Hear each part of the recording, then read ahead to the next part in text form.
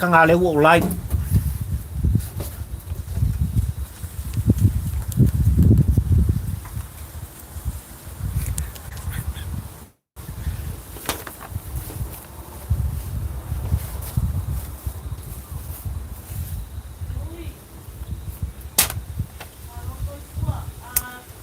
Oche Teo follow from fatalo fatu samolo watu pele Yoi. Ja. Ne fu wo mai le. Tato savalinga male. Mai moanga o sa moa le atu e pele lo fat. Ja. Le nei foi tau li ngalu o tato maftanga e pe ona yel tapo klame fai pe. Ah. Pali il tampo ua ai le polang. Yoi. Le yaso sa moa e ma lau tapo inga ya mai se foi lau sila mai moe le foi lava le vi inga ile atuo sa pot yo em eu le anga le o le tua le ngata i lo to so fu fo lau ya mai se foi le ola fata wa o pari i lau to o yo we love tatu ya ile ne vai tau fa mai ma fai ngata e pe ona yai ele o tua noa ele tua lo to se fua ai mai se foi ia le fata wa o la auto o na masio ainga ya o le nei fatua o le pali i tulanga e pe ona o tala noa i pe i le mata utia o winga so o nga fai o le tentiti o mi fa o macaroni ya pe ona ia fo ile nei fo vai tau le soifuanga ia e mai se fo o le sa fo fa ia tonu fale ma ainga e pe ona iai ona ua iai i tulanga e pe ona iai le fama ia ai ele o titi danga le lei o le tua ia ile soifua fo lawol datu o ia e mai se fo o pari il campo ua ai le polako ia se furu aso e fa pena ona no foi tonu ainga ya awala vale pui ngol fama i le fai ngofie ya ele fai ngofie ona ya onisi fo io fanau sa fa pena no atu ya onga ya ma fia mai ai ia tulanga ole ola tamu fai ia ona o tulanga e pe ona ia le fama ya ai e fo i lava le vi inga i le tua e fo i ale vi inga ma le whaaftaili te mau i le lang ia ele o tula fo ina ia le soifua o le tātu atunu le ngata i tutonu o le tātu atunu o fafo mai o Samoa ia i le vasa Pasifika i tulanga i pe ona iei ona motu pa ia ma le malu o Samoa o whapea ona nopia i ai ia o tātou uso sai ia tuila manua ia ai mai se fo i o tono nei atunu i Aotearoa po New Zealand Samoa e malau whakonfonga tāpua ia au se Tali a Amerika ma so se tuo le lalaki ia ele fo i lau whakonfonga anga tulanga lava e pei ona iai ia le matautia o le whamai e pei ona awhiai lo uto soifua flau mo le tātou ola ai ao pea ona tātou tali tonu mo le tātou whatuatua o lo soifua le atua ia o lo iai pea le taitai alofa le tātou te mao i le langi i le soifua mo le tātou ola ia o tūlanga le nai pei ona iai ni usin lei ia i sio fo i whatawa i le whaafongfonga le tātou atu, ia, vi ia le atua, ia, wa maua wanoa. Ui lava lai tūlanga e pe ona taum whai ai, ia le Omikroni po o le tūlanga, le COVID-19 fumana iwa, ina ia tau fia wanoa. Tātou te whailo i aisa moai le wātunu pele ma le tāpor kalame whai pēr, ai le ma whai ai. Ia, le anganga fia tautua. Le anganga ina ia whapea ona o longo pui li pēr. Le tāpua inga malau sila mai moa sa moai le tāpor kalame. Ia, i tūlanga e au hoi i lau whaafonga tāpua i se motu ngā awha ma se la ngona whataua o pali i tampo ua ai le polango. Ia, i tūlanga lava e pe ona iei nei vai tau i le awatu ma le au mai. Ia, o la ngona fesu ia. Ia, o se ula whaasolo. O se ula manongi tūlanga e pe ona iei upu whai o le tātunu usa moai. I lau tāpua inga, ma lau mai moaka. Ia, e mai se fo i le matamata pari i le tampo ua ai le polango. Nau whapei fo le nei tūla o le tau lingulua o le tāpua kalame sa moai. Se ha fio mai. Tala au mai ma su mai. Le pa ia ma le mamalu o le tātua. Ia, wo mai ma san. Le au ainga o pari i le tampo ua ai le polango. Ia, ele ngata i tono New Zealand, Australia, Amerika, Hawaii, ma so se tu o le lolangi se i o lava i tono o Samoa. Ma lor folau munuia. Ma lor seifua lau lei. Ia, ma lor tauata i Samoa, whawhitai tele i lau tāpua inga. Mo mori le wha malo i lau sa i linga malo. Ia, me lea Samoa, koso kako wha. Tosol falau pari i tampo ua ai le polang. Ia, ai mai se le pa ia ma le mamalu o e Samoa ua atunu pele. Ia, ma le tāpor kalame whai pēr. Pari i tampo ua ai le polang. Ia, Samoa e lupu tau tino. O so stangata lava e whapena o na whaun malo na langona. I lau mai moanga ma lau silafanga. O lau tāpua inga. Samoa i tūlanga e pei ona iei lo tātu. Mōna upwhai. E pei awa e sisila e tūlanga e pei ona. Whau talai. Ia la ngona o papali i lau tāpua inga ma lau mai moanga Samoa. Le nei te au linga lua o le tāpua o kalami. Poko sa oile upo papali i a Limogi. Ai afi. Tulou le swafa le ala i pule. E pei ona wha swafa i nai. Ia le sunga i le li fai pule. Usawa le swafa. Nga papa ke mai le kama. Ia, kama o ni mo. Ole makua ua malo. Ulu malo le baka so. Mona langon. Samoa e malau tāpua inga. E kele i eise wha mtalanga pali. Muni mai li tāpua le kalanga. Ia. Ai ua manatu Samoa e. I tūlanga i lau whaafongfonga anga. Mea o loo tutupu mai pēa i tutonu o le tāwhainga malo, ai meise o matanga luenga le malo. Ua lau tongia i ai lātou te ngālulu e ai, ma tautu ai. Ia ua lava, ia le atina ino sia tātu. Ia, ua manino la i lau whaafonga Samoa i tala ave o le ea. Ai mai se fo i o whaasalaunga le autu stala ma so se vaenga o le soifuanga o e mauai ia le talai i ma le talai o. Ai mai se o le tātu i tūlanga i pe ona iei le soifua malo le matanga luenga o le soifua malo loina o le tātu u Samoa. Ia. O whainga o le soifuanga e whapena. E sua malie lava winga so ona whai o le tangata. Malana tau mwhai pē eli le oa i lona tula i mai ma avea o se tangata maa walunga i tutonu o se mtanga luenga. Ale ta whainga mai. Ai o lava ina mo. Leanga le ngana ata mai.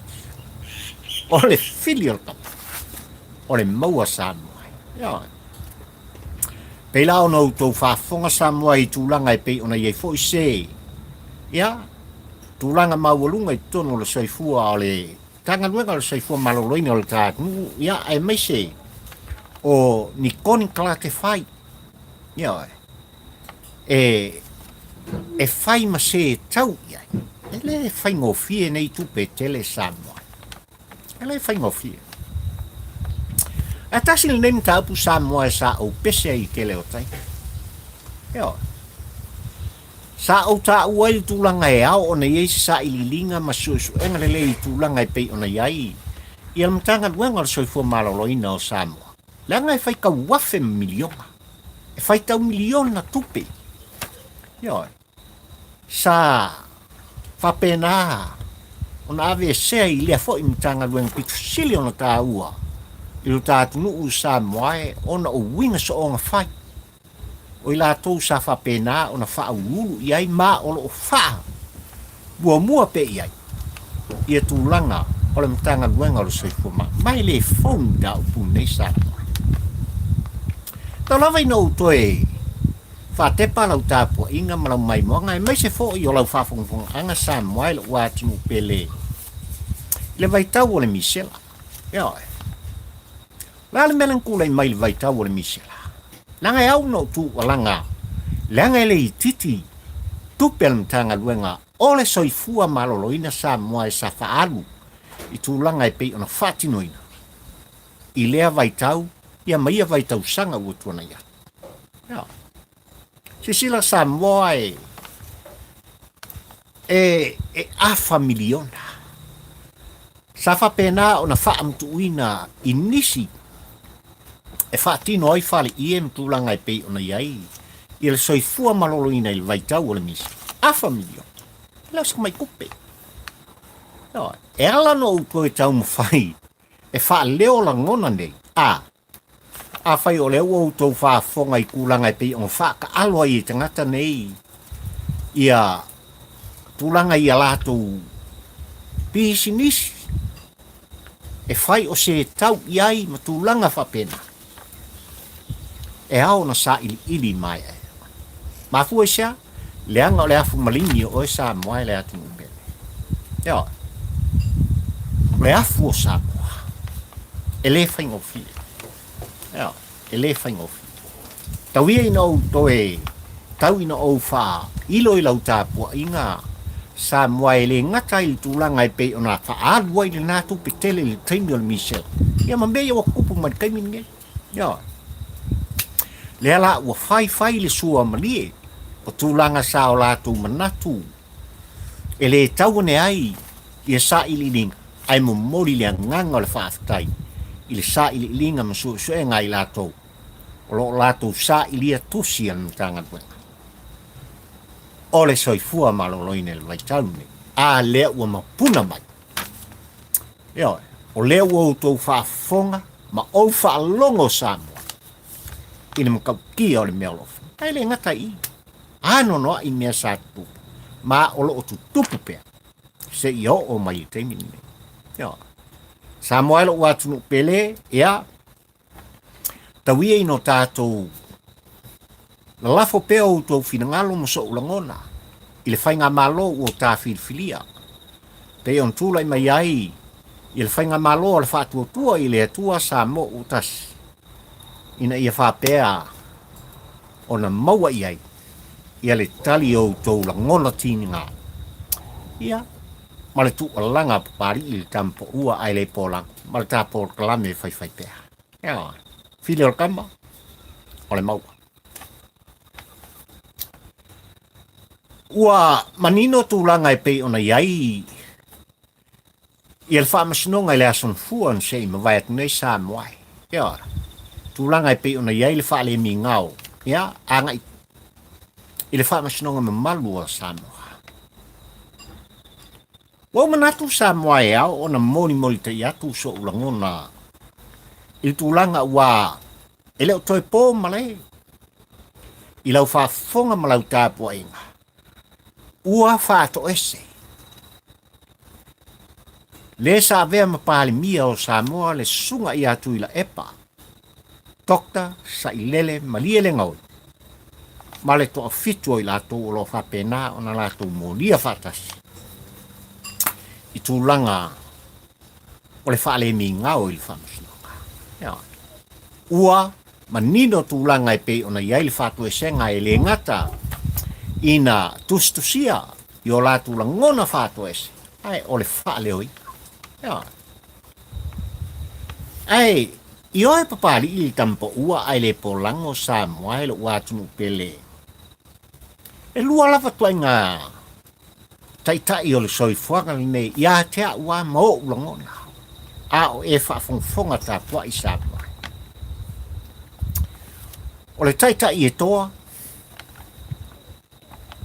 ma le taitai e iai le atamai. Ia. O le au sau, o la se o kalangoa mua i le taitai toa. Ia. Sa moai lo ua tunu ue. Ua manino i lau sila whanga ma lau tāpua inga. Ia tūlanga e pei on tūla i mai ai. Ia le sunga i atu i la epa. Malona taita ina o le tātunu u samuai. Ia. O le upu sa manino i mata mata. Ma le mai tau pea papali i tampa ua ai le polango. Le tūlai mai fo i o le nei tamali i o le tātunu u samuai. O i o se kai kai e koa. Ia. Toa i on langona. Toa i ana upu so on talafu. Toa i lana whai unga e whai. Ia kasi ale leo. Mea ka uole. La kai kai e koa. Na manino tūlanga e pei ona iein mo ta whono o Samoa. E le ai se si o minista o le kāpeneta atu i la epa, ma whai pule o le hero pipi. I lo lato tūlai mai, a o lato teita i o le tātunu u Samoa. E sili ai. Sona langona. Se leo. Pe sili ai foi. Se upu e talano ai. I atu i la epa le teita i toa. E pei ona whaupuina e nisi o tangata. O tui la epa le teita i e toa. O ia foi o le teita i sili o Samoa. Lele meu. O lele mea e u iai le mea tau o le taita i toa. Manino le tala Samoa e le tusi i ane pukanis. Ea. Tau ia i nau whailo i lau tāpua inga malau mai moanga tūlanga. O le tusi ni tala anga. O le afo i taita i toa o paperonia. Ea. Na koa. Ailmutia. Uputusa. Ea. Na toto atu i la epa. Leo lo whaupuina e nisi o le taita i sili. Ea. I tūlanga sa ia. Whalau ai matau ave ai. I le taita inga o le tātu. Ua whako ese siani. Ua tau tino le solo le maloa mai pa. I le se matulanga e pei ona lātou whai ai. I le wha masinong ma malu o Samoa. Pela mga uka ua Samoa i lau tāpua inga malau wha fofofu. O le wha masinonga o oe lava lea Samoa ma u Samoa. Ia. O le makaukia ngā o tūlanga e pei ona iai. Ia le wha masinonga se i mawai atu nei. I le asonga fua Samoa e pei ona tāpua ia. Ia. Matapisa ai lu tātua atu. E le ngata i tutoru. A o fafo mai o Samoa. Ia. O lo ua tālia tūlanga e pei ona. Iai le wha i unga le wha masinonga. I se taimi o mua mai Samoa. Ia.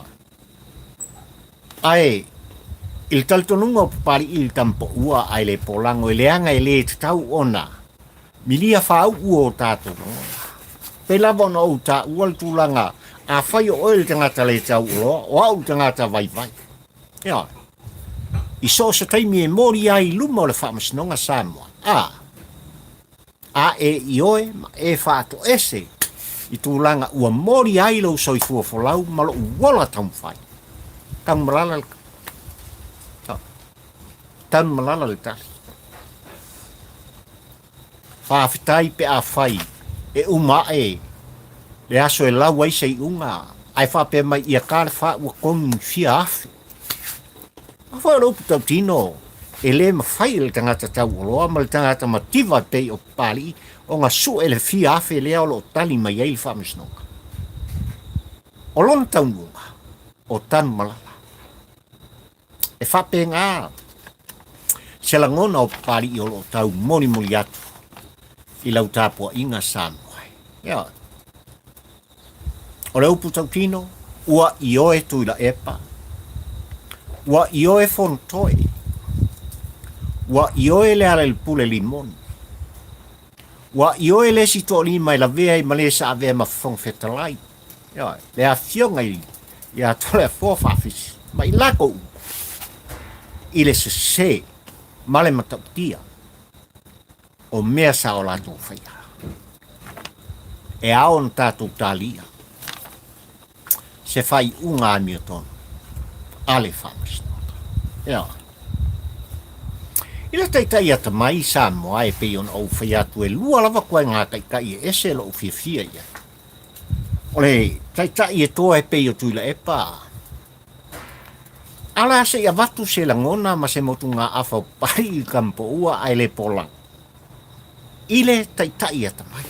Ia. Leanga ute i oe Samoa e i so ula ngona whatau. O so se taitai ata mai. E nā te iloa le lei tu tofi. Ia lana vae ngā au. Ia. E nā te la ngona fo i u leo. O se vae ngā au. E nā te tāpatapa fo i la ngona mawhina ngalo. O se au tau e whapena o na poupou wai i le anga i luma o se sāvalika i ona langona. Ia. Samoa le toi fsimia le tulai mai o lana fionga le tamaita pāle mi o le tātu e fionga le saon whapito. Le anga o se taitai e ata mai o lo iai le tō whā lo loto ma le tō whā manao. Ia. Ai a, le sunga le laudi le mari e toa leo lo vea ma teitai whono le tā. Vaenga wha uwhai, lana fionga i leri minsta. O whato anga mwhai ngā whai. Ia, ai a, le whetalainga i a olo, le minsta o ngā luanga titele, whetalainga i a le atinu. Ma i lātou uma, ua tula i mai matangi olo i le teimili. I so se taitai ata mai Samoa. E ao na ia talia ina, se tua langa ale atu. Ia. Pei titi pe tele longo. A watu fo i o tau finangalo mo so tātou langona Samoa e tusai. Malalatou whaatam sali inga, vi ia le tua e pei lava o tala pari i e whaiso. Ia. E mafua na tua langa, le nuu mane atu, ona o langona masou manatu Samoa. E au ona whaari. I so se taitai ata mai Samoa. O te ioe. E nate talia ina. Ia lo o tau tu langa ma le tātou tu wala. I o tau fina ngalo whaalia mo tātou langa. E le te tau ona o titua. E taitai ata mailina. E le ngata mone. Ai ole a ngai. Ole alme utupu Samoa i lau maita. I le toa o tula i mai e tuila e pai a vea ma taitai. Isa i lilinga al tampo ua ai le polango. Pea ona o ta ua. I leo koe a kose spulpa sene. O le pa ia ma le mamalu o Samoa e lango lango. Ma o le upu tau tino lea. Ai wā nei le tula i mai. Ore taitai ata mai i lana fionga i le sao. Whapito i awhia me na au minta afa. Ma le whātua tua i le atua Samoa ukasi. Iwa spulpa sene Samoa. To tonu ma fafo mai. Ia. E le ngata i tonu o Samoa a o fafo mai i so se atu. o lo whapea o na papa awai manopia iai. Le pa ia mani malu o Samoa. Tūlanga e pei ona iai, ia le tūlai mai. O le ua vea ma taitai o tātu o taimi. Ia whaamanuia le atua. O sapota. I tūlanga uma e pei ona iai, ia fuafuang whai. Ia le tāwhainga malo, ai maise le taitai. O le atu, i lana fionga le tamaitai pānia. Malona au wā. Ia wā. Se luma na i manuia o Samoa mo ni tangata. Ia. Wale fefe le ngangana pari i tulaulau whaafonga Samoa. O mafua o na o ta ua ma bea le sunga i a Limogi. Le uru po o po le uru i Povi tulaulau whaafonga anga Samoa e anga i ei mawhauwhaunga o le tampo ua ai le polango. I le nei tau ringa lua o le tā mawhtanga. Ono o tūlanga e pei ona iai le nei aso iai mai se fo i. O la ngona whaaria o leo lo a vea nei ma whailau tusi. O le hero pipi le sunga i alimo. Ia, para vaenga o le autostala. Ia. Tau tia tūlanga e pei ona tā ua. Ele ngata inisi o vaenga e nā te langolango inai i le tāwhainga malo Samoa e whawhikai. Ai ole mta upu e aona o tala noa i ai ua mafuai ona o tilo pēle tanga e malo le whai ai, malo le tingpo. Ua sola ngana, ua sola fo i se whautautanga. Ono o tūlanga e pei ona tā tia i le loma i le sa i linga masu enga. Al komisi whapal mene pei on tofia. Awa lava le ina Samoa o tūlanga ia e pei ona whailo minga o tūla whanolo ta pisa i nei tātu. Au leal melang kupiaso. Ua manino tūlanga o la ngona o Limoni e pei ona ia whaalia lo na whaolo al tauina. Ma lona lango ina. O fuafuanga e pei ona fuafua i ai ia leo lo avea ma prestene o whamasinonga whanua masuafa. Ina ia whapeo na whaatino ngā luenga. Ale whamasinonga whanua masuafa. A o lea Tali tūlanga. E pei ona avaku ai le tua lalo i lana fionga le minsta. O whamasinonga Samoa. Ole makua i langolango inga e lima. Na ia tā uai tūlanga i le iai pēa. O le ese se inga o tūlanga i le vāno no whai o i tūelu. Na o manatu Samoa e ai ua taha se longo i ta linga Limogi. Nanga mafua no ta ua na o Limogi le asolo nei. Se ua poko fonkoi. Le le aua i tūlanga i pei o na ielfa. E le fai ngofie e le fai unga. Ia palo puto tino na pari i tampo ua polango i lau tapo inga Samoa. Ia, e le fai ngofie i la ngono o tangata nei. Neanga o lea ua manino tūlanga i lau mai tau, ma lau whaafonga, o lau sila mai moa Samoa, ma na whaalongolongo o talinga o papari.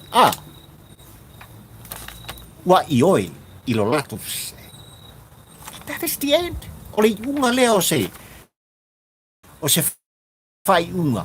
E o mai ei lea mi o tonu o le whaamasa. Ea. Ai ua maua wanoa nao. Le susunga i Limoni le asolo nei mai a.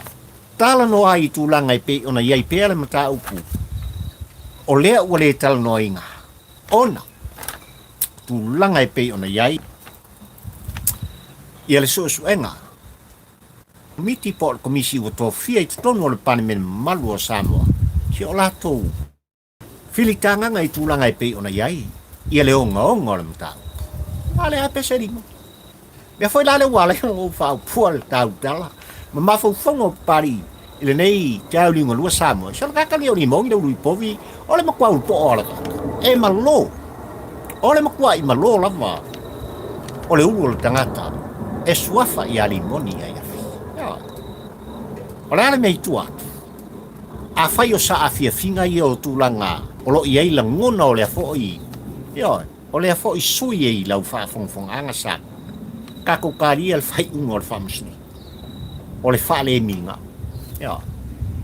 le anga o le upu tautino pari ili tampo ua ai le polanga o po fea lava i ele ta'amilu sanga o le soifuanga e maua e maua po a fo'i mea sa e whaia ma au whaia sa mo ele ai ele lilo le silafanga le la le mafuanga le elai on tu mumusu kulo le mafuanga le lo taltonunga elai on tu mumusu langona e awala mai le sabili male o lau o la au o funga o la au o so ua o le ngatai fale sa moai i le fafati sina o ngalu ma pe au o le basa e momoli mai ia mea uma sa whapena o na whaia te ngata soi.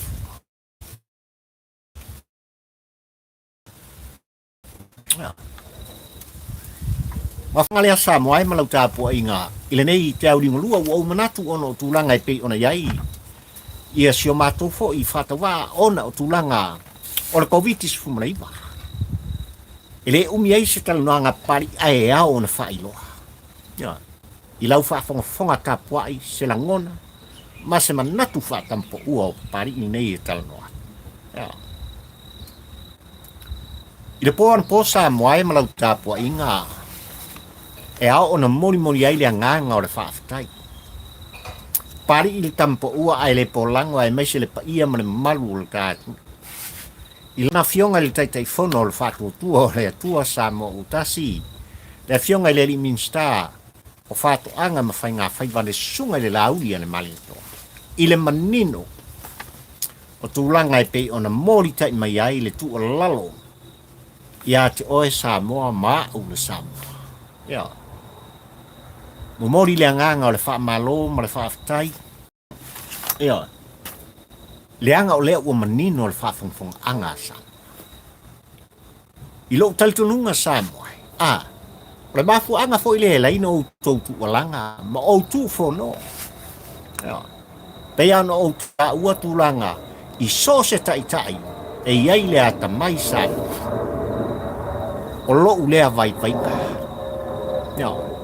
E au ona talia le tu alanga ma le tu fono ale pa ia mane mamre i so se taimi ma so se aso le anga o te talikonu mo i oe sabu o tau finangalo mo tātou langona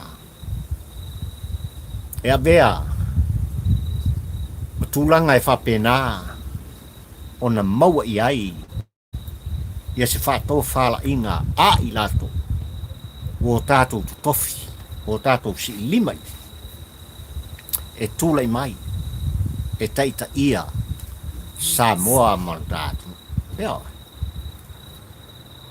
le nei la maenga o le aso sa moa mai meise le tāwhalatoso mal tāpol kalame tauia i nou whapeatu o te io e fo i o tau finangalo ia mo moni ele anganga o le whaafitai tele i lau fionga le teitei fono. Tu sai ma le pol klame i le po ua tuana i atu. O lea ua sila mio, ua whaafafonga, ua malamalama samoa. Tu langa i pei ona, au mai ai le. Finangalo whaatamari i ai meise o le tu musu whaataitai atamari. I le tāpua inga Samoa i le ngata i tutonu, a o whafo mai. Tauia ina ia iai le whaamianga le atua. Ia maua pēr la autou tau wha. La autou wha autou tanga. Ia whapena o na whatu tumu pēr autou utu. I le fina ngalo pa ia o le atua o sāpota. E tau te tai ai, male ata mai. Samoa nei moa tai au. A oe lea Limogi, Sauni e kari o koka. Sauni ia. A whai o tūlanga lava rea. E ke le solo muri lava i o langona. o le upu tau tino pari ili tampo ua ai le pola. A fai e kere fiu, a fai e te le salamoa. Salamoa. Fai de anganga kampai. Sauni e tali au tonga.